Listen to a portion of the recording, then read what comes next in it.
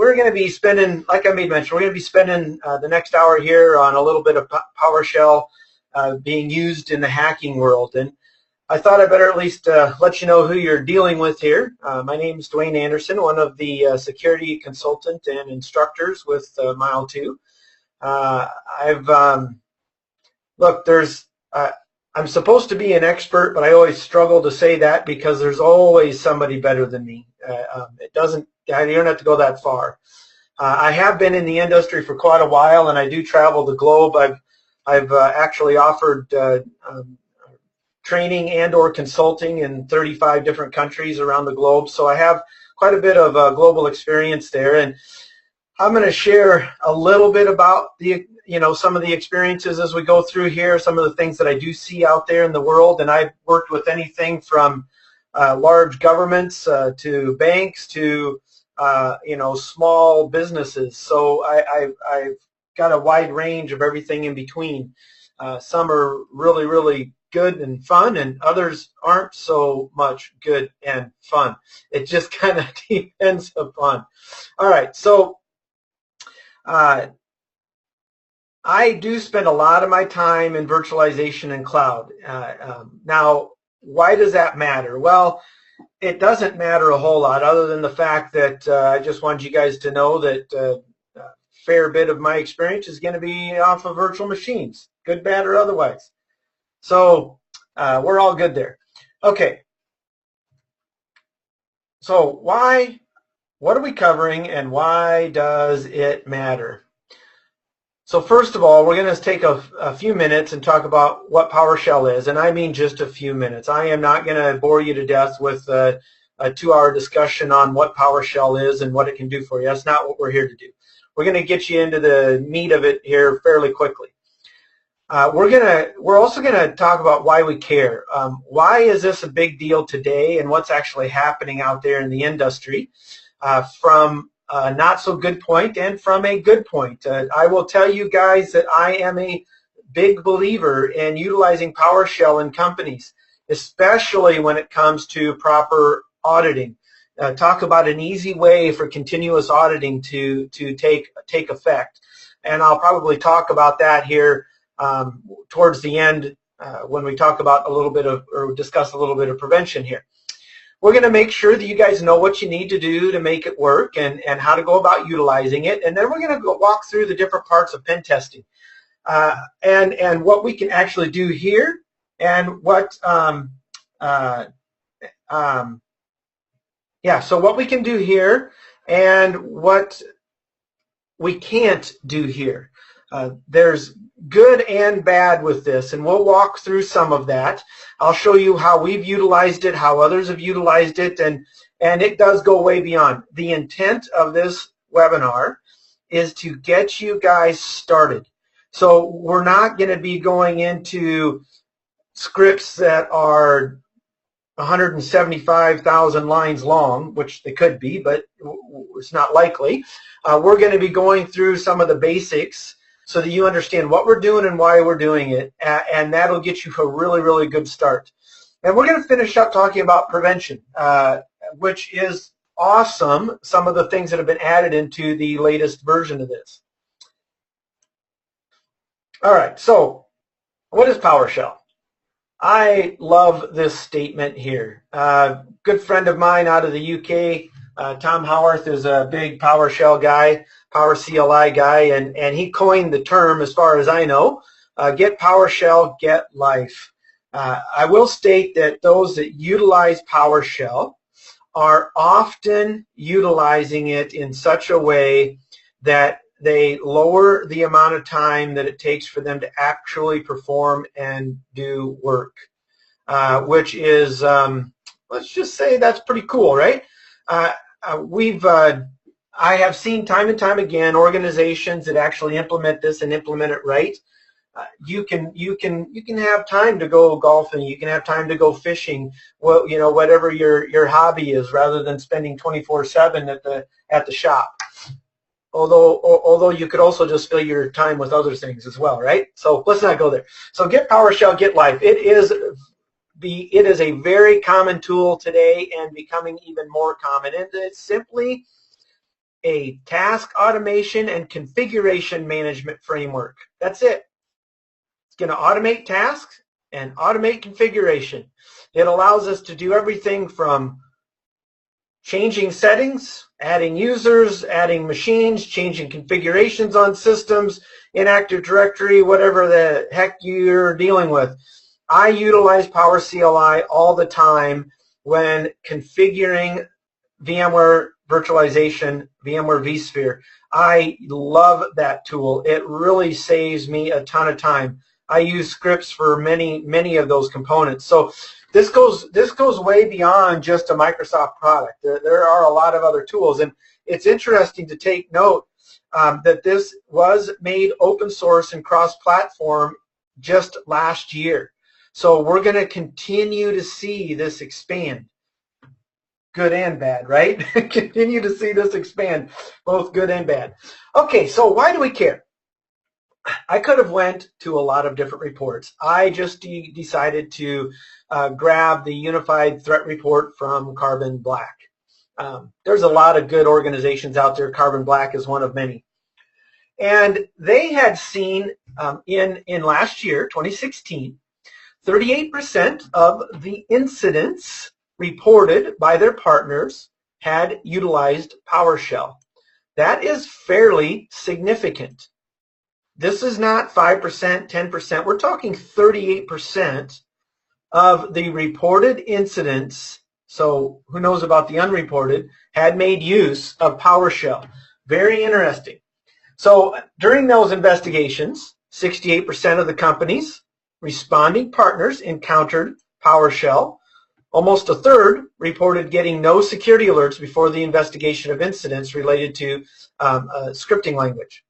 Yes, that's a typo. I like to point out my typos. That's supposed to say language. It's all good. So the cool thing here, right? No security alerts. Well, why is that? Well, we think about PowerShell, right? PowerShell is an authorized API, an authorized service, an authorized process that works with many of these different operating systems. And if an organization is utilizing them, any user on the system can make use of PowerShell in whatever manner is allowed by the organization or the firm.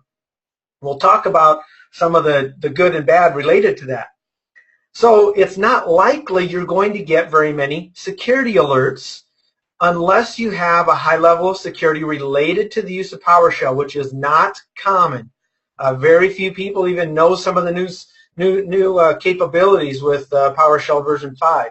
So we're getting there, right? We're getting there, but no security alerts, very common. And we're going to walk through just a basic scenario. I'm going to talk about where and what and all that kind of good stuff. So the majority of attacks, 87%, were related to click fraud. Fake antivirus programs and ransomware, but social engineering techniques are still the favorite language. 87% click fraud, social engineering. Geez, you've never heard that before, have you? Nope, something new today, right? I'm just kidding.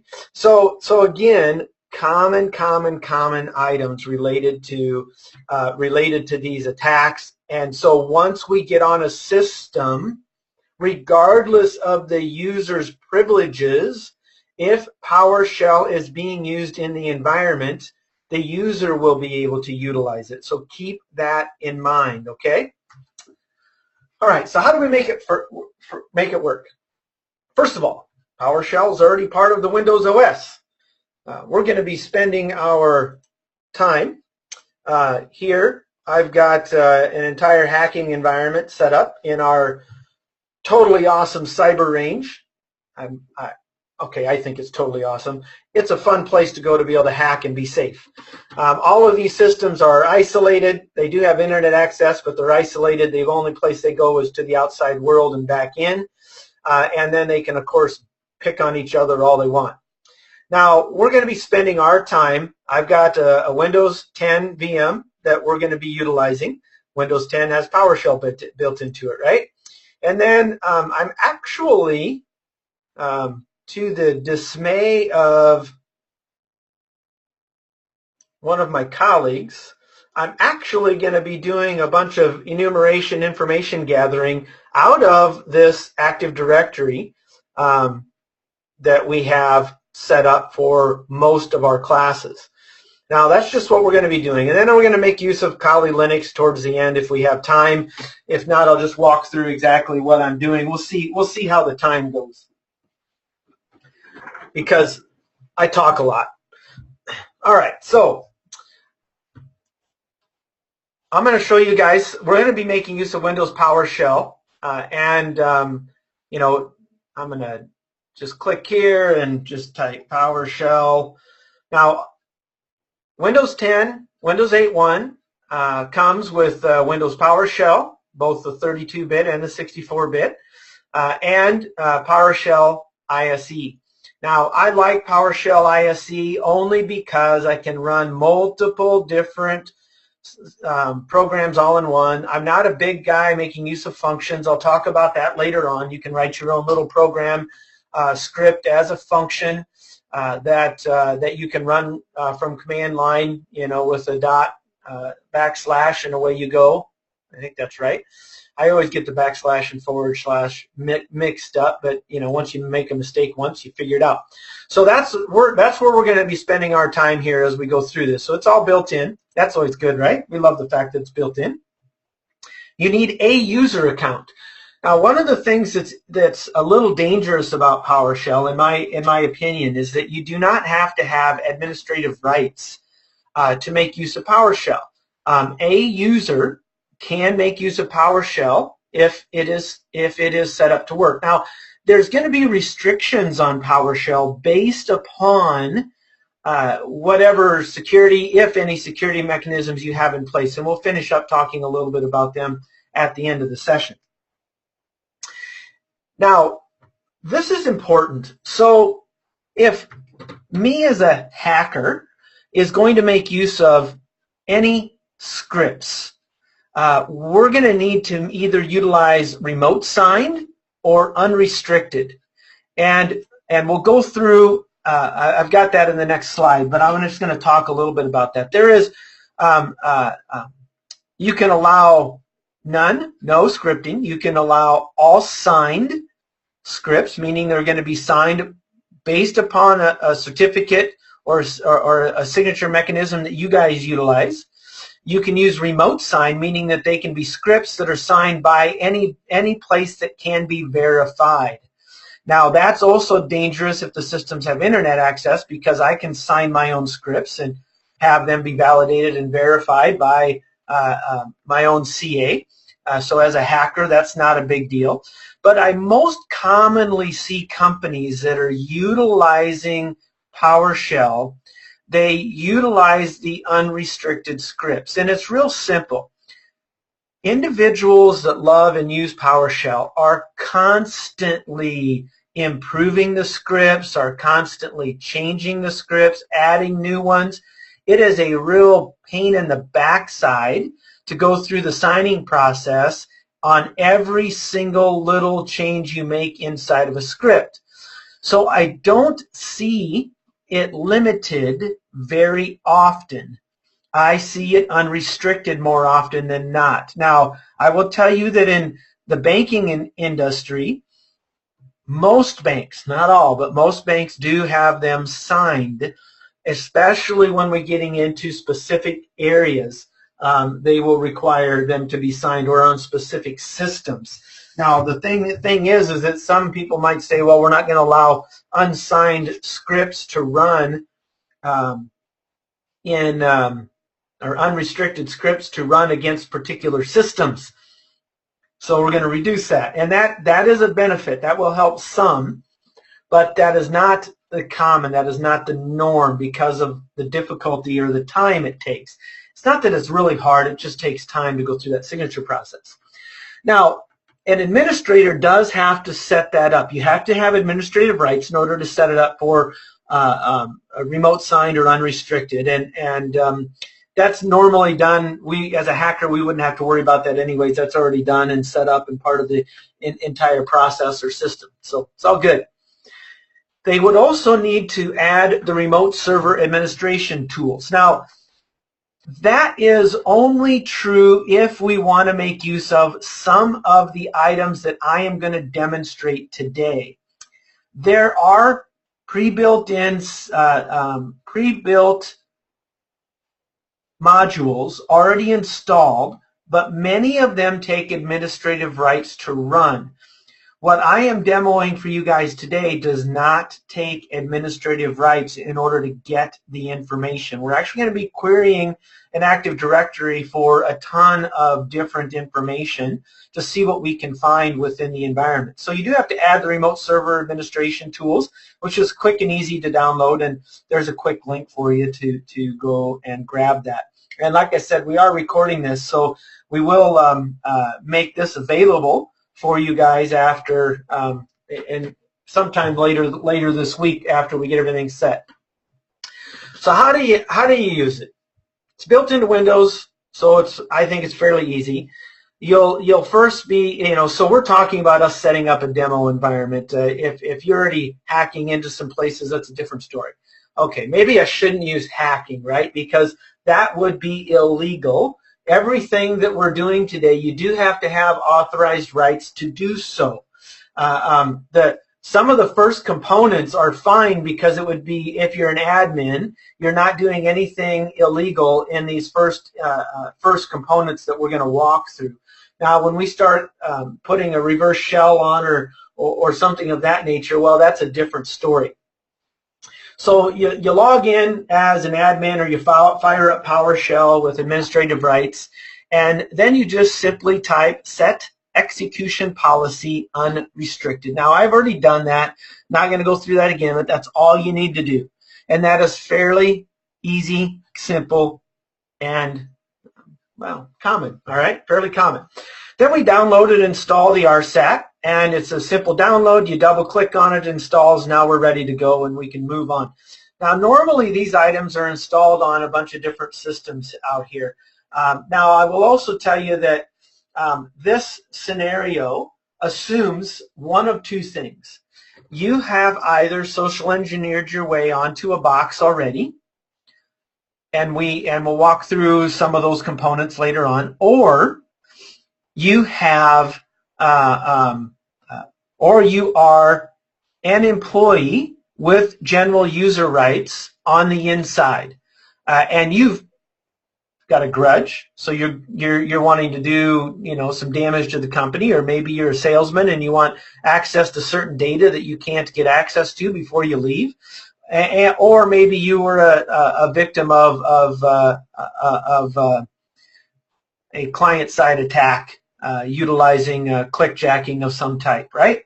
So there's a lot of different options out there, but we are going to need, because you're not gonna run PowerShell from home to a system that you don't have access to. That's obviously not going to happen. So we're talking about inside of an organization first. You got to be inside the organization first. And then we need to understand some scripting variables, and we're going to go through some of them here in a moment. So we're going to walk through different parts of the pen testing here. So first of all, can we do information gathering? Well, yeah, but for what we're doing, it's an absolute waste of time. We don't need to mess with it, okay? We're just going to go right down to enumeration. We don't need to do scanning. We don't need to reach out and touch the system, because as a general user, you have rights to query Active Directory. And you can query Active Directory for a ton of information. That is what is really cool. So we're going to be spending our time on enumeration. We're going to demo a simple attack that, as an insider, is actually pretty darn easy to do. And we'll discuss leaving a backdoor. If I get to demoing it, we will. Otherwise, I'll at least explain it. And we'll clear some event logs for the fun of it and all that kind of good stuff, right? So, are we having fun yet? So we're going to go through and do some enumeration. Now, first thing we have to understand is get statements. Get is just that. We are asking for information. We are querying something to gain a little bit of information. When it comes to Active Directory, any user can query the AD for said information. It's not quite the same when we're dealing with other systems that we may or may not have access to remotely. If we don't have rights to be on the box, we won't be able to query said box. And there's a few other things. For example, I cannot get event logs as a general user. I would have to be admin. Okay? So the get statements are very important to us, and we're going to gather a ton of information to be able to demo what a simple attack that we've done inside systems multiple times and had fairly decent success as we're learning more about it. Okay? All right. Next, get the AD user. All right, that makes sense. We're going to gather information about the Active Directory user. We're going to gather information about the computer. We can even talk about get service. Now, get service does require you to be an admin. All right, so we do have to be an admin in order to make that one happen. So before we even start getting the service, we've got to figure out how we can become an admin. All right, so what I want to do here is roll you guys through a few different options as we are and explain what's going on so you can kind of see what we can and cannot do here. All right, so I'm in my Windows 10 and I want to point out two things. I have two different Windows PowerShell ISC items open. This one, as you can see, in the upper left here, is being ran as an administrator. All right, so we're not going to utilize this one to start with. Okay, I am going to utilize a general user, and you know it's a general user because it does not say administrator in front of it. Okay, now a general user, as I made mention, you can see down at the bottom, I'm logged in as student 100. Woohoo!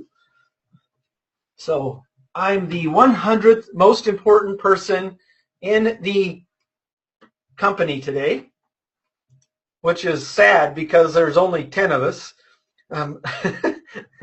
Come on, that was funny. I'm just messing around. It wasn't that funny.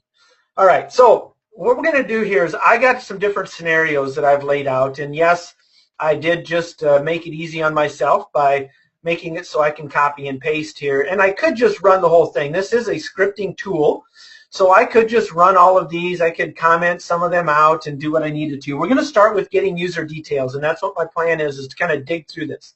So the first thing I want you to understand is we're running as a student 100, and I'm going to simply utilize the get AD user command.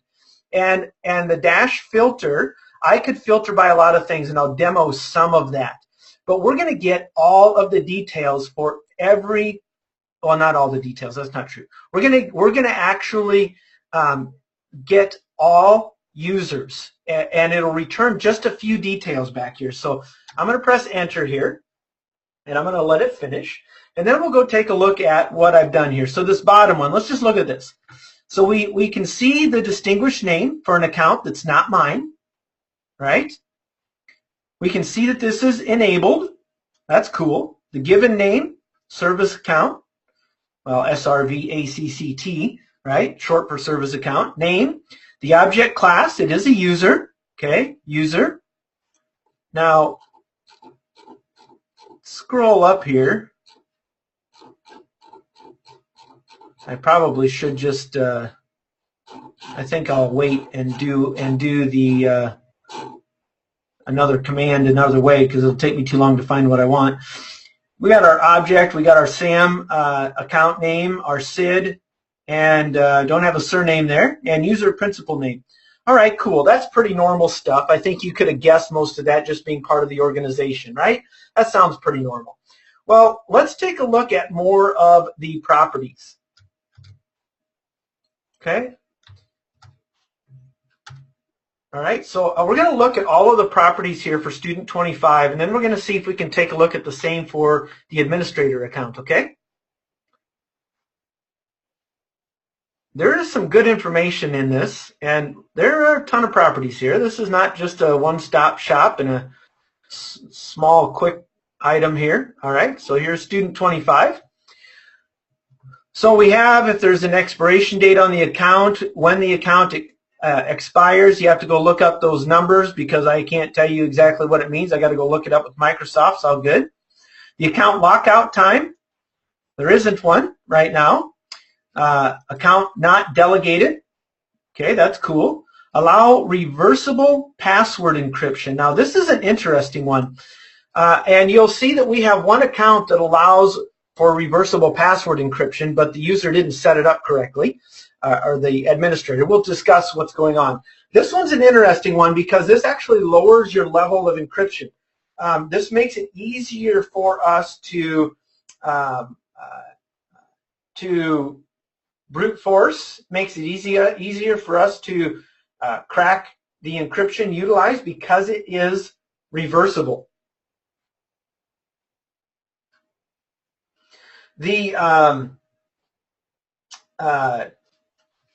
So we like to look for allow reversible password encryption just because it can make it easier. There's also a tool called RVdump that you can download and run that you can actually dump the reversible password encryption in clear text. It's an interesting tool. It's not. I'm not going to tell you it's the easiest thing to work, but it is kind of interesting. All right. So, what else do I want to talk about here? There's a couple of other items. If you have a bad password, bad login count, it'll record those here. Notice here that the user cannot change the password. Well, that's good news for us, right? We don't have to worry about that happening in the future. That's I always like looking for those things. What else might be interesting in here? Display name, all good. Does not require pre-authorization. Well, that's bad. They do require pre-authorization. That'd be kind of nice to know if there was an account that did not require pre-authorization. There's a couple of other items I was going to point out here if I get down to them. Whether or not they're locked out. Oh, that's good. They're not locked out. Last log off, bad password attempt. Last bad password attempt, at least it records those things. It's kind of interesting. MNS log on account. Not a big deal there. Let's see, what else did I want to talk about? I know there was something else that I wanted to point out. And it might come to me as I look down through here. Password's not expired, that's good. Last set, never expires is true. Password not required, I always like to look for those. In this case, that is false. I'd like that to be true, but that's not the case. All right, so let me see. Is there anything else here that I want? Just kind of looking down through these, you can see there's a lot of information here. Whether or not it's trusted for delegation, trusted to auth for delegation, so not happening there. All right, I guess we're going to be good enough. So there's a lot of information here. So what I'm going to do now is we're going to roll through. Let's just do a quick up arrow here. And let's, instead of student 25, let's see if we can get that same information for administrator. All right, well, that's good to know.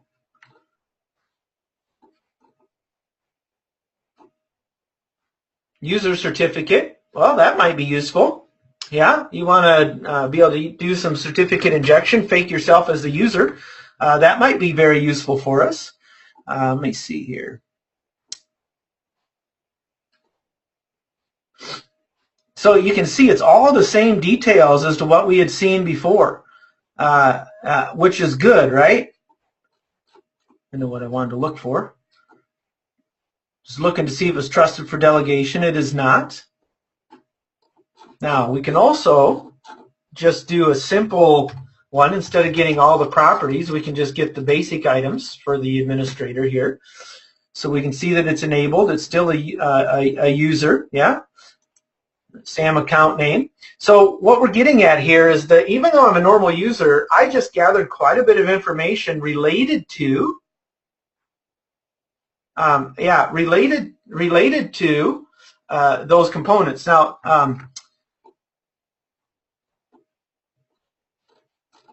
yeah, that's a good example as well. One of the individuals made mention, which is good, that with the member of, we can see how much power that user actually has, what different groups they're in. That's a good one to be looking at as well. I completely forgot about that, so I appreciate that. It's good stuff here, right? A lot of good information that we can gather from this. So let's go down through here and just talk about what's happening on these next items. So to get AD user, we can use this filter command, and we can filter for any of the properties that were listed in that long list to make our job easier. So we're going to take a look at and see if there's any users that have the password not required equal to true. Well, if there was one, that might be kind of nice, right? Oh, we got one. And of course, it's the guest account, and it is not enabled. So that's going to be a waste, right? But boy, that would have been awesome if we would have found someone that said password not required. We started thinking about different services that some companies have running, and the different service accounts. There are organizations that have service accounts that do not require a password due to the particular application that they have running. Usually they're a little older in nature, but it is the case and could possibly be the case. So we do want to look for that, and look how hard it was for me as a normal user to go find that particular system. And of course we don't know what they're a member of, what kind of power they have. Of course we can see that one here, but you start thinking through the enumeration process here. We've got a lot of items here. Now we can also do just the opposite here. We can actually look at a particular user and validate its property to take a good look at that particular user. So what happens is when you run this particular command, we're going to get all of the normal items that we gather when you do a standard get AD user, but we're also going to add the property password not required. So notice it did come back, distinguished name, given name, all that stuff, but it also included the password not required set to true. But sadly, like I said, this one is enabled to be false. Well, I made mention that about this filtering. I made mention about the allow reversible password encryption. So let's go ahead and do a filter for that, shall we? I'm glad you guys are saying, yeah, Dwayne, let's do that. Let's test that. All right, so here you go. We just did a allow reversible password encryption, and there was one user, that service account, that has that actually set to true.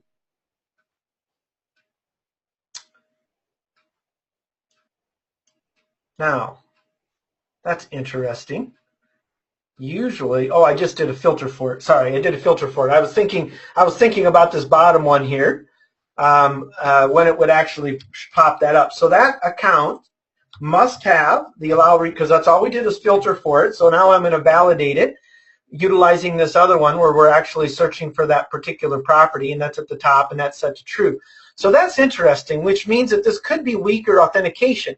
Now, in order to verify or validate that, let's go see what the domain password policy is, and then I'll explain some of the various components here related to it.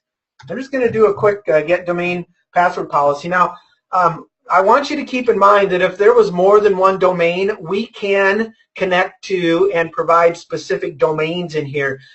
We only have one domain set up, so we're sticking with that one and utilizing it. But if there was more than one group, if you have custom password policies on particular groups, we can query that as well. That's not set up in this environment, so that's why we're sticking with what we have here. Okay, so we can see the complexity is enabled. Well, that's good news. The distinguished name, MWHA.local, that stands for Midwest Housing Association. Woohoo! All right. Lockout duration and observation window is 30 minutes. Now look at this one though. This is interesting. The lockout threshold. This is the default setting for Windows. So when it's set to 0, that means that we can have as many bad logins as we want. We are never going to be logged out. You set it to 1, you have 1 bad login, you will be out for 30 minutes. You set it to 3, you'll have up to 3 bad logins, then you'll be locked out for 30 minutes. But at 0, that means it is off. That means that there is no lockout threshold, which is really cool. Our maximum password age by default is 42 days, but we already saw that some of those accounts we're never required to change. Minimum password minimum password age is 7. The minimum password length is 7, but the age is 1 day. Object class, domain DNS, yay. We can password history count. They keep 24, but since we never changed it, it doesn't matter. But the bottom one, notice here, reversible encryption enabled. It is set to false. Now, in order for that user to actually work and function, he needs to fall under a password policy that would also be set to true. So usually when companies are making use of that, they will have a separate OU just for those users, and they'll have a custom domain password policy for that OU, for that organizational unit. And then that would be set to true, and then when you set the user to true, then it is saved. And I'm sharing that information because when you go to gather some passwords, when we go to enumerate some of these items, we could actually get that in clear text if it was set to allow reversible encryption, but that's not the case. So now, here is the key behind this, okay? Here is the key behind this. The reason that I think this is so dangerous is when we know the lockout threshold. This is important. Okay, lockout threshold and lockout time. I want you to stop for a minute and we're going to walk through. I'm going to go to get some OS details, and we're going to walk through doing some dictionary attacks. But I want you to keep in mind, even if you had this set to 3, I am going to try 2 passwords, and I'm going to put a wait in my script, and I'm going to wait for 30 minutes. I'm going to try 2 more passwords. I'm going to wait for 30 minutes. I'm going to try 2 more. You see what I'm getting at? Regardless of what this is set at, we can run a script for a long time and try to guess the password. We know the password minimum password length, and if we have any idea about the organization and its people, the bigger the company, the more likely you're going to find some passwords. Right? Just use the top 100 passwords. You will find somebody utilizing them. I can almost guarantee it. We do every time. So it's just kind of an interesting thought process behind what is happening out there and what can be done. So we're just going to walk through some of that. All right. So we've talked about getting the user details. Let's go take a look at the operating system. Now, in the operating system, they have get AD computer. And yes, we are communicating with the AD because some of the items that we would want to do specifically to a system does require administrative rights. So we're not going to go there. So let's take a look at get AD computer with our filter asterisk, just like we had done before. So there's a ton of computers in here. We'll just look at this bottom one because it's easy. All right, so we got the distinguished name. It is enabled. The host name. It is a computer. Nothing special there. Let's go see what else we can find out. So let's take any of these systems. I don't know what system I want. Let's do VRA-1, shall we?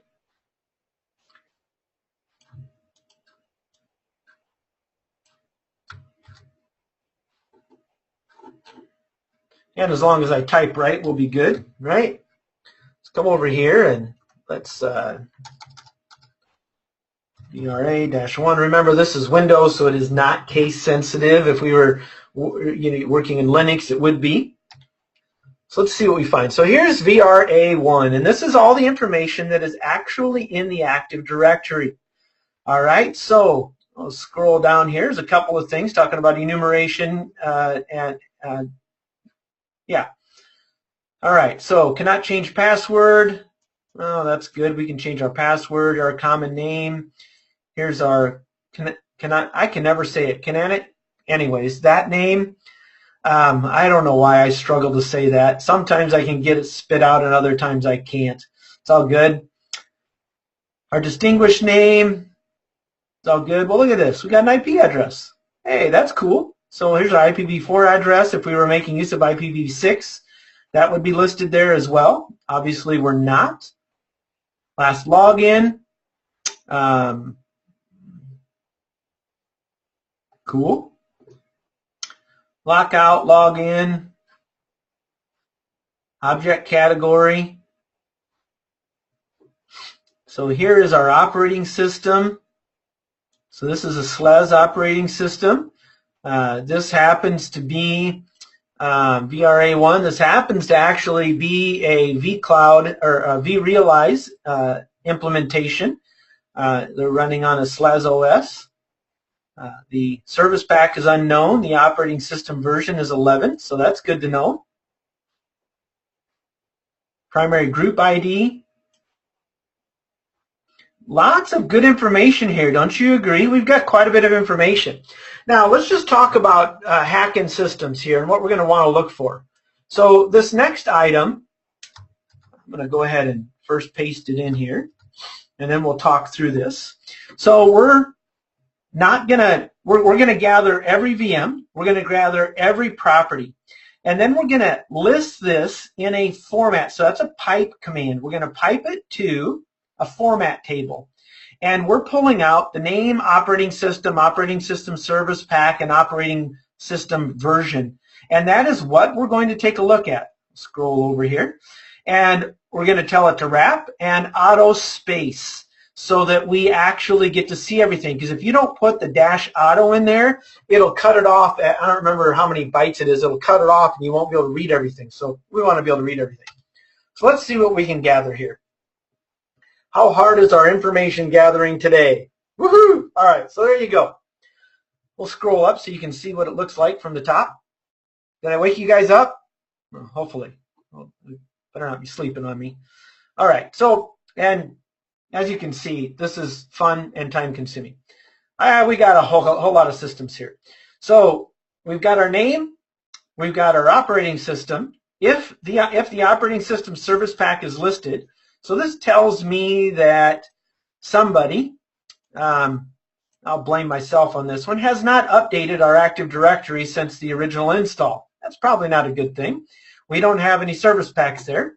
Operating system version 6.3 9600. Now that is really good information. Wouldn't you agree? Now if I'm working as an insider, gathering this information is fairly easy to give to someone that's more skilled. Or they'll, okay, now that I know what you guys have in there, here's what you need to do to crack into it to gather that information, right? So you can roll down through here and see a ton of good information. MWHA, MPT. Oh, that was a interesting one. So we got a couple of multi-point server 2012 premium. That's kind of cool. Windows 7 Enterprise. A couple of SLES. There's some unknowns. So they couldn't, the ESXi hosts don't register the proper information. But that's interesting because it does say likewise open 6.2. Now that is interesting. So because I'm a virtualization guy, I know that that means that this is version 6 update 2 that's installed on that particular ESXi host. So that's kind of cool. So even though it doesn't tell me, I just did some enumeration there, and I could go gather more information if I needed to. So you scroll down through and see all this. Now that's kind of cool. Now let's just say that you and I are going to say, well, we want to actually go right in and look at the 2012 servers. So what we're going to do now is we're going to simply do our filter for operating system equals to Windows Server 2012 R2 Data Center, and we're looking for properties, all of those properties that we had listed before, but we're only looking for that particular operating system. So there we go. Here's all those systems that have that unique operating system. Well, you know what? That's not quite enough because I need IP addresses.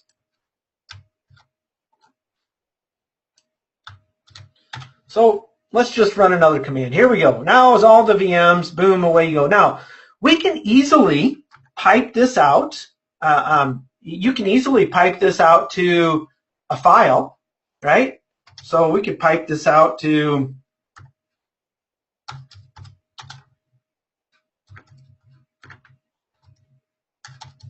systems.txt. I could also use, I think I'm going to go with CSV. There we go. And you'll see here that I got to go back to this one. Now I've got a systems.csv file. Now I don't have Excel or any other type of spreadsheet installed here, but I could open in Word, and away we go. So you can see we can pipe that stuff out pretty easily as well. All right. So we got all of our operating systems. We kind of know where we want to go, but we're just a general user, and we need an administrator account now. And we can't run our get service command. We can't clear our logs because we don't have admin rights. So we're going to walk through a common method that's utilized for guessing passwords. Yeah, you got to love that, right? Okay, so I'm a general user. Keep that in mind. We have gathered all of this information from AD as a general user. Now, I do have a password file here that's just got 4 passwords in it. We could make this huge. Look, I don't want to spend hours going through this. You don't either. We can demonstrate what we're trying to do here. Okay, so what we're going to do is I've created a script. Now, the first thing I want to do is make sure that my users file is deleted. I'm going to delete this users file here, okay? All right, we'll come back to it, I promise. We're going to get the AD user, just like we had done before, -filter, asterisk, and we're going to select the name, and that's it. And we're going to pipe that into a user's text file. Now, I could do all this together, but I'll explain why I'm doing that here. Part of the reasons why I'm doing that is because I didn't want to write a script that would remove the first 3 lines. I don't want to see the errors related to this. So I'm going to delete those. And now I have just the usernames and the entire list of those usernames that are in our AD. So we'll save that. Away we go. Okay. Now we're going to come back here to our script. So I am defining the domain because we did already gather that information. So this first part is defining the domain. And next we're going to do a simple for each statement. So when you do need to at least get somewhat familiar with PowerShell. I am by no means some crazy expert. I go to others to help with this. I will tell you that if I can figure this stuff out, you can figure it out. It is not that hard to do. And what's happening is it's going to read the users.txt file. So the /users.txt. Now, I did not have to put a folder in it because I am already in the users student 100 directory. And in that directory contains my users text file, right? So we're going to look at that content. So it's going to look at every single item, and for every user, $user, in get contact, in that file, we are going to do the rest. So if there's 2 users, it's going to do this on 2 of them. If there's 100, it's going to do it on 100. If there are 2,544, it's going to perform it on 2,544. And next we are changing the user account. We're going to provide the variable $UN.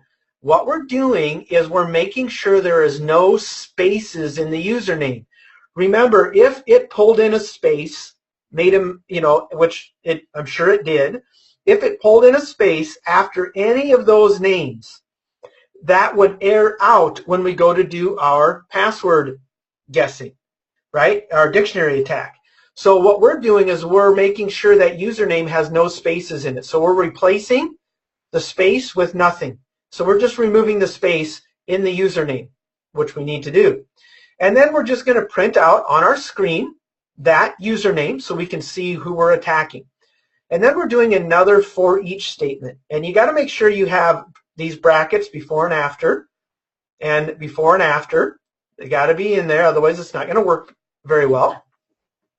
All right, so in this for each statement, now we are going to look at every password. So if we had 5,277 passwords in our password file, it would run through this for each statement for every user 5,277 times.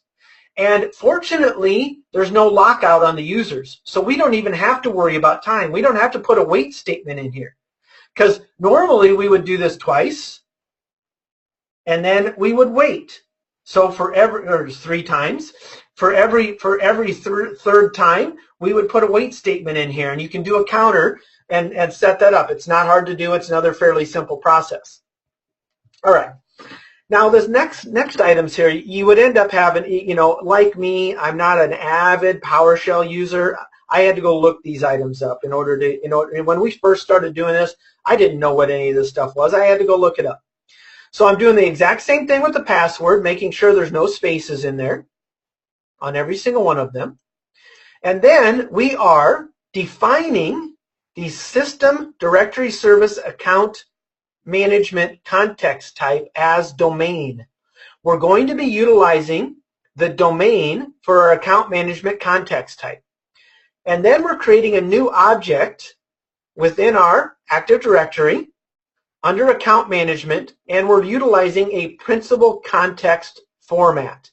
Now, I'm not going to sit here and try to tell you all of the details, what's actually happening here. In the end, we're attempting to create a new object within our AD. Now, we're not going to actually finalize the creation of that, because before we actually finish the creation of the principal context, we're validating the passwords, but then we never actually create the new object. However, this is going to have a ton of logging if set up correctly.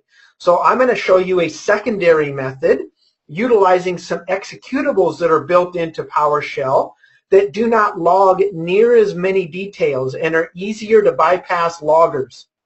All right, so hide yourself. And so now we're going to utilize, so we're creating a new object, based upon $CT, so it's domain context type account management. And we're defining the domain, which is the MWHA. We have to have that as well. And then if and only if this equals true, so you're going to run the $PC, yada, yada, yada, and which is going to be either a true or false. So the username and password is either going to be valid or it's not. And what I've done is I've created a simple if statement. If it's true, tell me it's true. Otherwise, don't do anything. That's all that I'm doing here, all right? So you got all that, right? Let's see what happens. And of course, we know what we're doing because we have it in our account, but just to show you here. So, woohoo, we're testing every single account with all of the passwords in our password file, and only those accounts that have the password, that we have the correct password, does it respond. So now we know all of the different accounts and the user accounts and passwords. And one of the ones that's interesting is this one here, the administrator account. We now know the admin account. Woohoo! Yes, this is a it's a pen testing environment, so of course it's an easy password. All I'm getting at is that if you know your people well enough, you can build a good dictionary file. There's a lot of good dictionary files out there. When you run this in an environment, it is very likely you're going to find some account passwords. Not all. Of course, you're not going to find all. You'll find some. The larger the environment, the more passwords you'll find. It's really interesting how positive this can work. And I just did all of this as a normal user. Now, isn't that cool? Woohoo! Now, and if you're not logging or monitoring everything that's going on within PowerShell, monitoring for that, you're not going to even know this is happening. All right, now another script for guessing passwords is utilizing the DS query, a domain services query executable that is built into PowerShell, built into the operating system, comes with the RSAT commands. And this is a slightly different way of gathering the information from Active Directory. These executables are designed specifically to do a ton of different information for us related to gathering, changing, editing, whatever it is we want to do within AD. Now, this was actually designed before the AD commands I just demonstrated. Administrators have been utilizing these for quite some time. Now, we can do the same thing here on this DS query, outputting it to user.txt. Now, I'm going to go and delete my user.txt file now. Well, that's users. What did I name this one? No, still the same thing. So just going to delete that so I don't have any issues. All right, and then again, another for each statement, and we're getting that content. So the exact same thing we did before, except now we're actually going to be utilizing the ds-get command. The ds-get command is slightly different. So when, let's just do a, let's do a quick ds-get, and we'll just use user, administrator. Okay. Because, now why did that just fail? I was just going to try to do a simple, oh, wait a minute.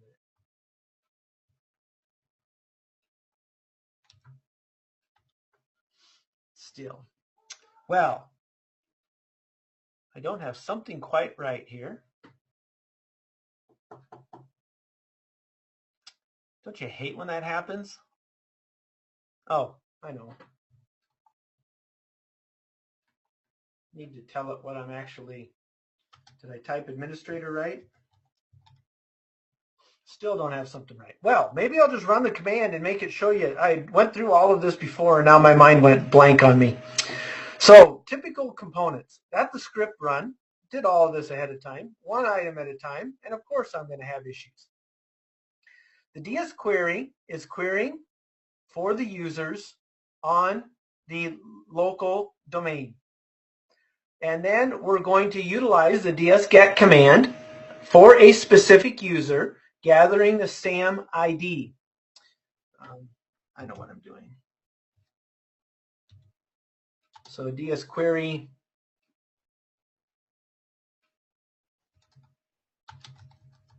well, let's just do it this way. So here is the, with the DS query, the command, that you're going to get all of these lengthy FQDNs. So this is what I've done wrong. I forgot about that. So these are your domain names that are built into the environment. And ds-get is actually going to. So now if I do the, and that's what I was doing wrong. It doesn't. You have to have that name in order to make it work. Okay. So now with the ds-get command, we're going to be able to see the SAM ID, and this has 3 entries. Now, the reason I wanted to show you this, and I forgot to run the DS query first, I apologize. So the reason I wanted to show you this is so I could explain what was happening here. Now that we have the SAM ID actually produces 3 different results. And this is SAM ID is the first one, and that is 0. The actual name is 1, and the DS get succeeded is 2. So when we look at assigning a particular variable, we want only the username, student49. So we do not want 0 or 3, we just want number 1. And just like we did before, we're going to replace the spaces with a null. We're going to write out that SAM ID so that we can see what it is, and then for every password in the get content, so just like before, going through that same process, but now we're utilizing ds-get, which is not logged in PowerShell in the same manner. This is a different component. We're not trying to add any new objects. We're simply getting the user items and validating and verifying that they are who they are. Now what happens is that we're just going to null this out, so it's not going to produce any information, but we're going to be able to utilize the final code, which could be like an error code, the null code, true or false. And anything that produces a true, the $? is going to write out and give us the information. This is just a slightly different way of producing the exact same stuff. So here we go. And now it's testing. In this case, it tells us every account. Those that we guessed, it produces the password, and those that we didn't, it doesn't produce the password. Exact same manner, a little bit more stealthy than what we had before. Kind of cool, right? Yeah, woohoo! So here we are hacking away. Now, it's already past my hour. So what are we going to do here? Well, I'm going to show you a couple of different commands. First of all, getting OS details. Can we, now that we know administrative accounts, of course we can get services of any system that's actually up and running, right? So let's just see if we can run that quickly as the administrator. Well, let me see here. I think, there we go. We'll try it on a different computer name. And of course,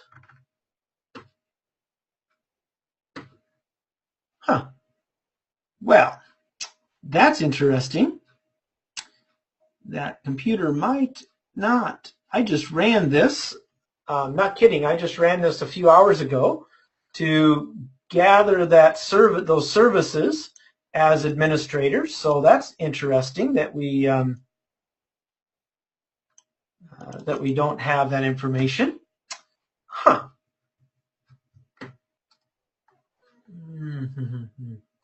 Well, let's go ahead and isn't that interesting? So maybe I need to open this again as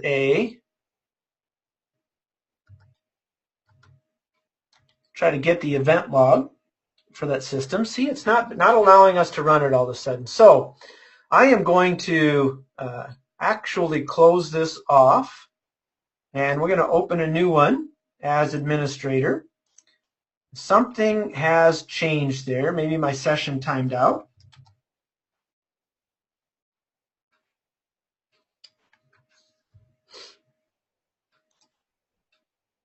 So we'll go ahead and do that, because remember, we do know the administrative username and password.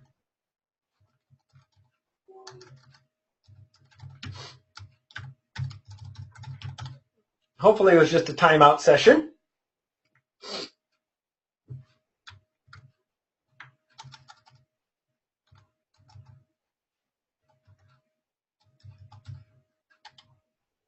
There we go. It was just a timeout issue. All right, so here we can see all of the services that are running on this particular system. Now, I just wanted to show you that now that we have that, boom, we can get that information. We're querying directly that particular VM. And we can also, I'll come back over to my normal session here and go to the event logs. Let's go ahead and see about getting event logs. And this is on an RDP session, a multi-point server. We're just going to gather that information quickly.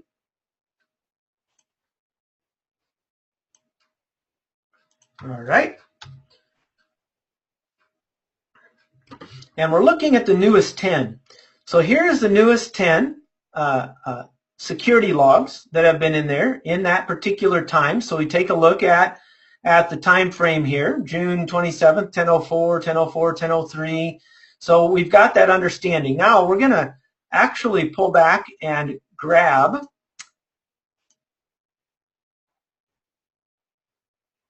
we're going to clear now these event logs and see what happens, shall we?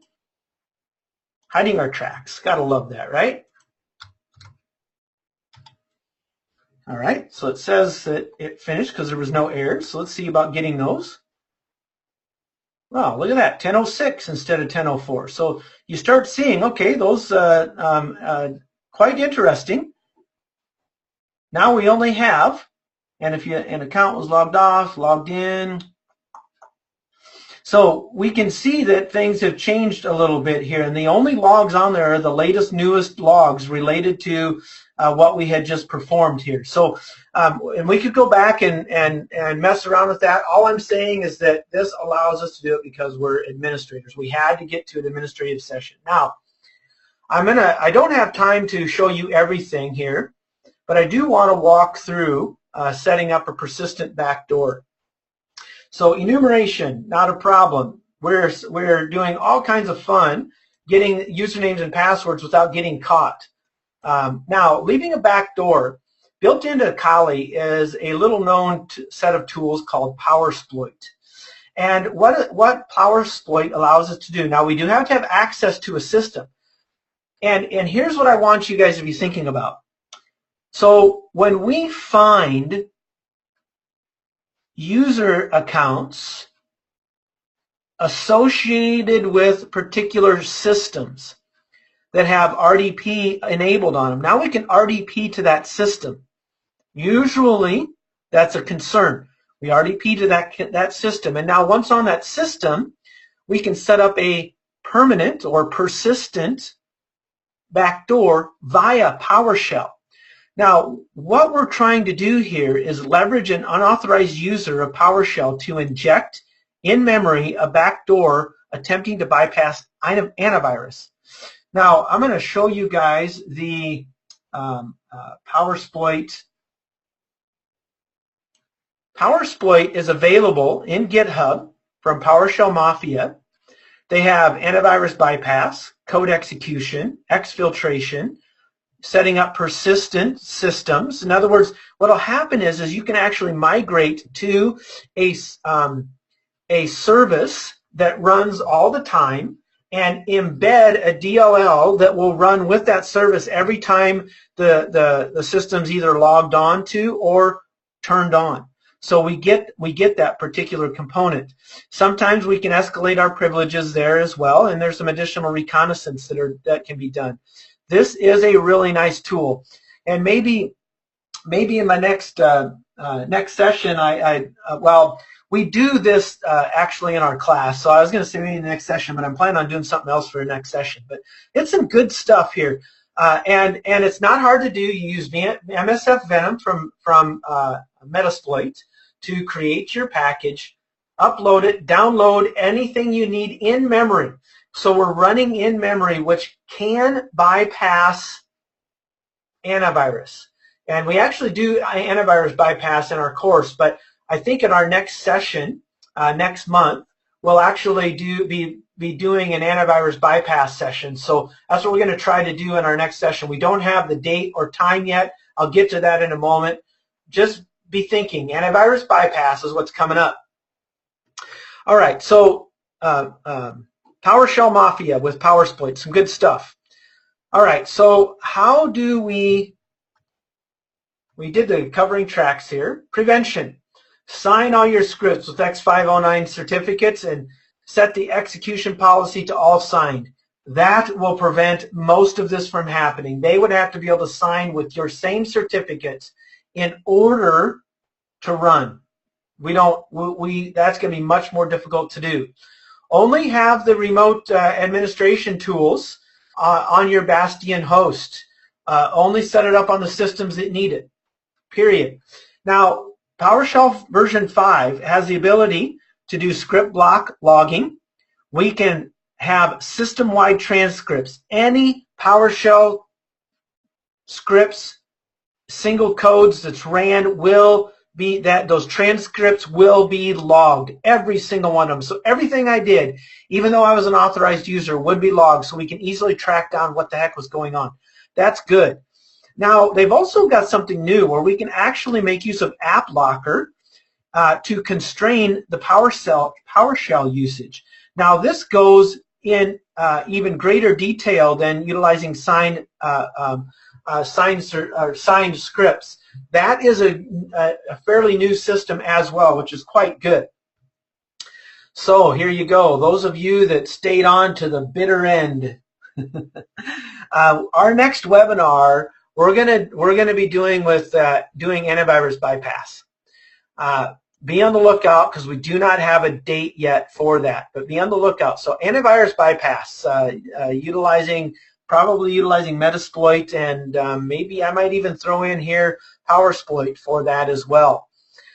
Now, for those of you in the next webinar that stay to the end, will be in the running for a free seat to any of our online classes. Whether it's a pen testing class, a cloud security class, a virtualization security class, information security class, whatever it is you desire, that's the way it's going to be. So share with your friends, or maybe you don't share with your friends. Maybe don't share with anybody to keep your numbers down, or you tell your friends about it and tell them if they win they have to give it to you because you shared the information with them. All right, so we do have some upcoming CPTE classes as well. Lots of good information out here. And for those of you that might be interested, you can go to the Mile2 website for our pen testing engineer outline. Lots of good information here, what we do, what we don't do. Our public schedule, so these are the classes you'd be in the running for, online classes you'd be in the running for if you attend that next webinar. And so you just go to mile2.com/schedule and away you go here. And be on the lookout, the mile2.com/schedule/events.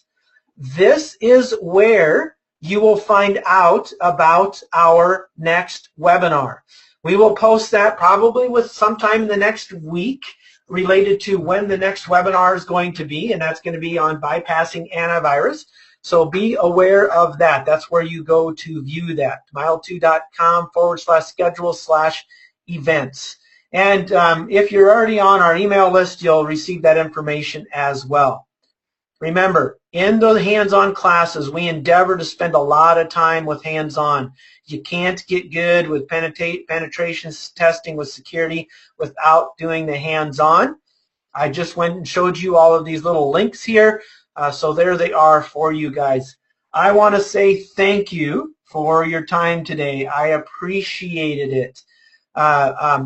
This is recorded, so everything that we've done will be available via our website and or YouTube at a later time so that you can go through, practice, spend time, get good at enumeration with PowerShell as a general user.